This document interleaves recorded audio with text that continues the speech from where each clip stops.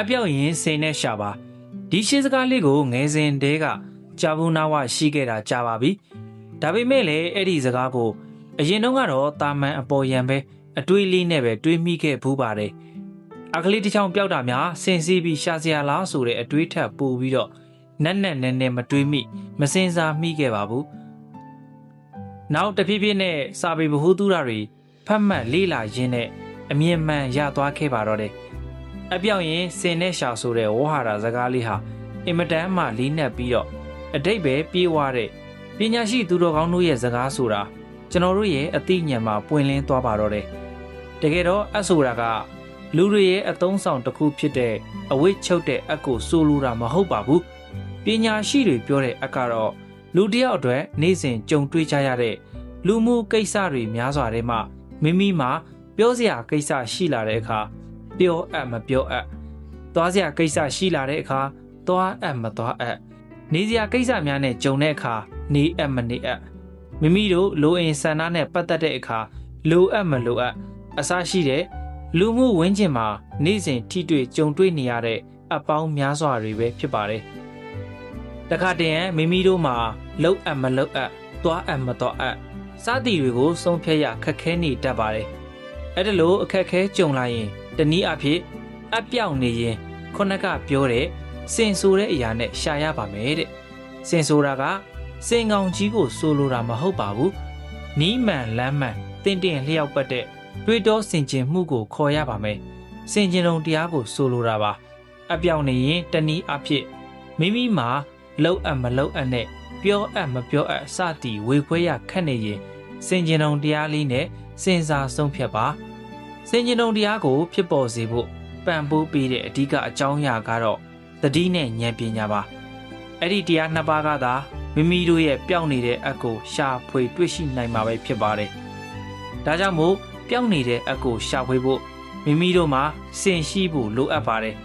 နီးမှန်လမ်းမှန်တမတမတ်ကြစဉ်းစားတွေးခေါ်ချင့်ချိန်သုံးသပ်နိုင်မှုအခန့်လဲရှိရပါမယ်ဗျာအဲ့ဒီနီးမှန်လမ်းမှန်တွေးခေါ်သုံးသပ်နိုင်စွမ်းဆိုတဲ့အခန့်ကိုရရှိဖို့ရမှာမိမိတို့အနေနဲ့ကလျာဏလို့ခေါ်တဲ့မိတ်ဆွေသူတော်ကောင်းမိတ်ဆွေရှိရပါမယ်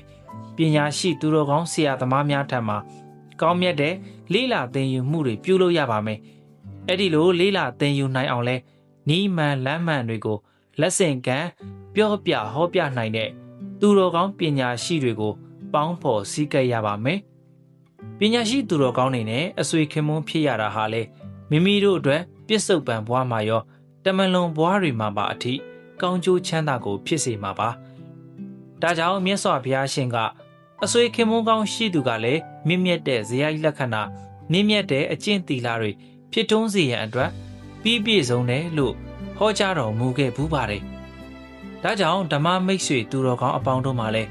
ကောင်းမွန်သောကလျာဏမိတ်တာတို့ဖြင့်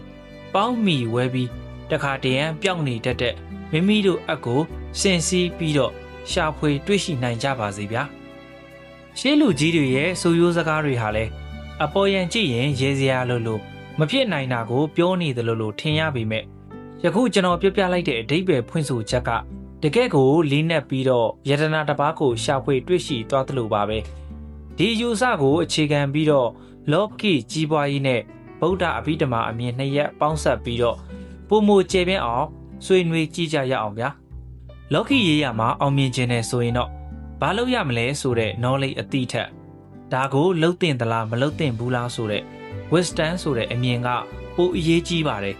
decision making လို့ခေါ်တဲ့ဆုံးဖြတ်ချက်မှန်ကန်မှုသင်ပြောသလိုပဲအဆိုတာဟာကျွန်တော်တို့နေ့စဉ်ချမှတ်နေရတဲ့ဆုံးဖြတ်ချက်လေးတွေပါပဲစီးပွားရေးသမားတယောက်အတွက်ယင်းနှီးမြုပ်နှံတဲ့မနှံတဲ့ယင်းနှီးအမနှံအဆိုတာကိုခံစားချက် emotion နဲ့မဆုံးဖြတ်ဘဲနဲ့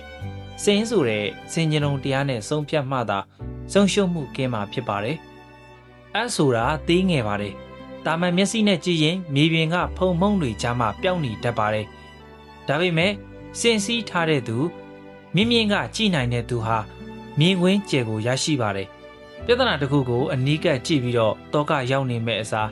အမြင့်ကနေခြုံငုံသုံးသပ်နိုင်တဲ့စင်ကြဉဏ်ရှိမှသာအပြည့်မှန်ကိုမြင်နိုင်မှာဖြစ်ပါတယ်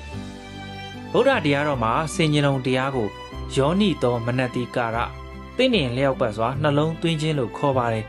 ။သင်ထောက်ပြခဲ့တဲ့အတိုင်းစင်ကျင်တော်တရားရဲ့အသက်ဟာတတိပါပဲ။တတိရှိမှအမှားအမှန်ကိုဝေဖန်နိုင်တဲ့ဉာဏ်ထွက်လာတာပါ။အပြောက်တာတတိလွတ်သွားတာကိုစင်နဲ့ရှာတယ်။ဉာဏ်နဲ့ပြန်ထိန်းကျောင်းတယ်ဆိုတာဟာကမ္မတက္ကတာဉာဏ်ကိုအခြေခံတာဖြစ်ပါတယ်။ဗုဒ္ဓမြတ်စွာကจิตသားအာနန္ဒာကလျာဏမိတ်တရှိခြင်းဟာသာသနာတော်ဒါမှမဟုတ်မြင့်မြတ်တဲ့အကျင့်တရားရဲ့တဝက်မဟုတ်ဘူးအလုံးပဲဖြစ်တယ်လို့မိန့်ကြားခဲ့ပါတယ်မိမိကိုယ်တိုင်စင်ကြင်ဉာဏ်နှဲပါနေချိန်မှာဘေးကနေလမ်းမှန်ပြပေးမဲ့မိတ်ဆွေကောင်းဟာကျွန်တော်တို့ရဲ့စင်ပါပဲဗျာ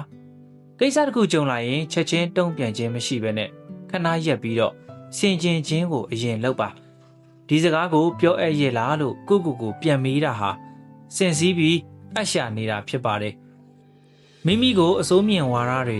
အမားတွေပဲပြောနေတဲ့သူတွေဟာစင်ကိုတက်နေတဲ့သူတွေပါမိမိရဲ့စင်ကျင်တော်တရားကိုမြင့်တင်ပေးမဲ့စာအုပ်ကောင်းမိတ်ဆွေကောင်းတွေကိုရှာဖွေရပါမယ်အဆိုတာသေးပေမဲ့စူးရင်နာပါတယ်အလားတူပဲပြောအမပြောအဆိုတဲ့စကားလေးတစ်ခွန်းဟာဘဝတစ်ခုလုံးကိုပြောင်းလဲပြတ်နိုင်ပါတယ်ကျွန်တော်တို့ဟာအပြင်ပန်းအပ်နဲ့စင်ကိုပဲမြင်နေရင်ဒီစကားရဲ့တန်ဖိုးကိုသိမှာမဟုတ်ပါဘူးအဆိုတဲ့တတိပဋ္ဌာန်တရားကင်းလွတ်နေမှုကိုစင်ဆိုတဲ့အသိဉာဏ်စင်ကျင်တော်တရားနဲ့ရှာဖွေနိုင်မှသာလူမှုဘဝမှာရောဓမ္မဘဝမှာပါအမြင့်ဆုံးအောင်မြင်မှုကိုရရှိမှာဖြစ်ပါတယ်ဒီအတွေးမြင်လေးဟာလူငယ်တွေအတွက်ရောလုပ်ငန်းခွင်တွေကလူတွေအတွက်ပါအင်မတန်အကျိုးရှိတဲ့ mindset shift အတွေးအခေါ်အပြောင်းလဲတစ်ခုဖြစ်ပါတယ်အခုလိုလေးနက်တဲ့အကြောင်းအရာတွေကိုမျှဝေခွင့်ရတဲ့အတွက်အားလုံးကိုကျေးဇူးတင်ပါတယ်မိမိတို့ရဲ့စင်ကိုအမြဲအစာကျွေးဘိုးသူရရှာပြီးတော့အမပြောက်အောင်ထိမ့်သိမ်းနိုင်ကြပါစေဗျာ